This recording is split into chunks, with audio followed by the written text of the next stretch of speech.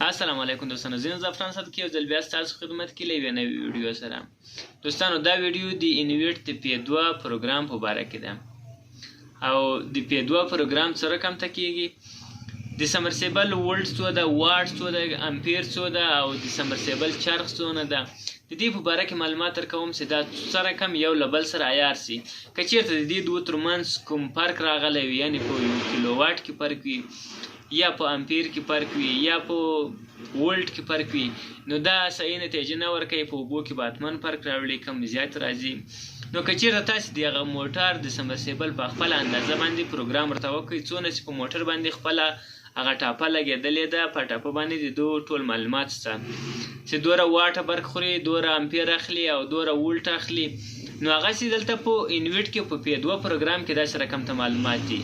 که چېرته تاسې په P2 پروګرام کې د سمرسیبل معلومات ټول په صحیح معنا سره ورکړئ، یعنې هغه کوم نمبر سي سمرسیبل غواړي د ار موټر سي وي، د ار موټر خپل ځان ته ټاپه ده او په هغه ټاپه کې د خپل کیلو واټ، وولټ، امپیر هر څه چې ټول ځان ته معلومیږي.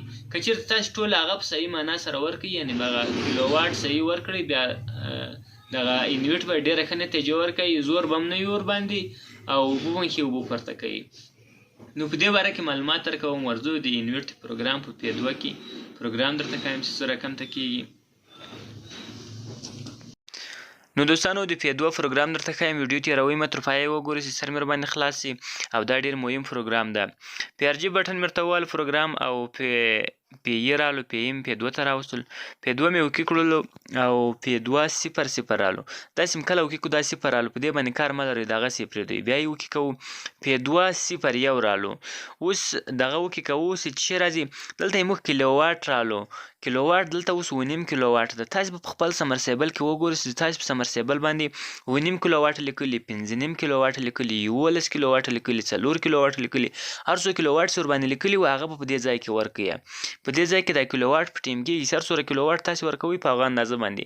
نو د هر سمرسیبل خپل کیلو واټ ته څومره ورباندې لیکلي وي چې هغه کیلو واټ تاسې ورکوئ، ډېره ښه نتیجه به ورکوي.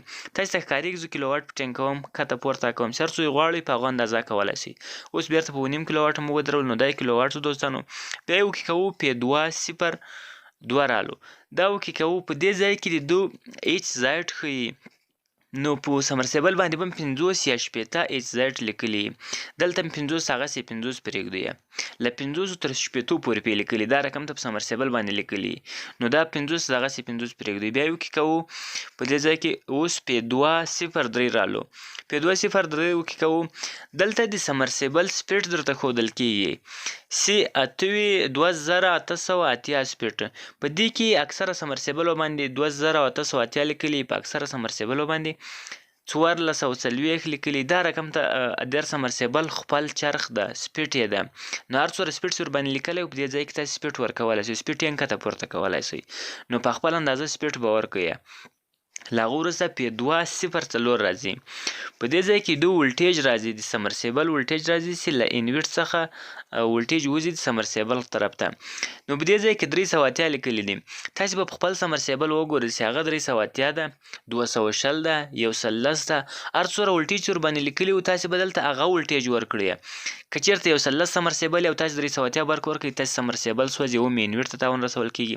که چېرته 220 وي او تاسې دلته 380 برق ورکړی، بیا هم سمرسیبل ته تاوان رسول کېږي، سمرسیبل سوځي او انویټ هم خرابوي. او که چېرته تاسې سمرسیبل 380 یې، تاسې دلته ولټیج 220 کړی، یا مې کم کړی یا زیات کړی، 400 هم کړی، پې بوج به یې خرابېږي. که مې کم کړی 220 نو پوره کار به نه کوي، سلو به چلېږي. نو دلته به تاسې ورته وګورئ چې ستاسې سمرسیبل په سټیکر باندې څومره ولټیج لیکلي، هغومره ولټیج به دلته ورکوئ. د هر موټر د هر سمرسیبل ځان ته خپل ولټیج دی. نو دلته 380 ولټیج دا اوکې کوو، دلته راځي P2 0.5. P2 0.5 د انویټ امپیر ده. د 9.5 کیلو واټ لپاره 15 امپیر راځي، دلته 15 امپیر ده. خو تاسې به وګورئ په سمرسیبل به 15 لیکلي وي، که کم یا زیات لیکلي وي دلته کم زیات کولی شئ، تر 18 تر 20 تر 50 پورې. که چېرته تاسې سمرسیبل امپیر زیات اخلي، یعنې سمرسیبل مې خاوره راپورته کوي له اوبو سره، خړې اوبه راپورته کوي، هغه درنې سمرسیبل زیات امپیر غواړي، دلته تاسې امپیر کم انتخاب کړی. که چېرته 10 کوي یا تر هغه هم کم کوي نو بیا تاسې سمرسیبل ایرر ورکوي په هغه کې فالټ ورکوي ویل 2 یا ویل 1 فالټ به ورکوي دغه به درته یاد شي تاسې سمرسیبل باندې د دې انویټ زور نه رسول کیږي نو هغه وخت باید تاسې د امپیر ورپورته کړئ امپیر کم او زیات کولی سئ د تاسې سمرسیبل هغه د انویټ چې کوم بندېدل هغه مشکل بل سي نو دوستانو دا و د پی 2 پروګرام په باره کې معلومات چې تاسې ته م در وښودلو ډېره ښه طریقه ده مهم پروګرام ده که مې ویډیو خوښه سوې چینل سبسکرایب کړئ ویډیو لایک کړئ د نورو ویډیو لپاره له موږ سره پاتې سئ الله مو مل شه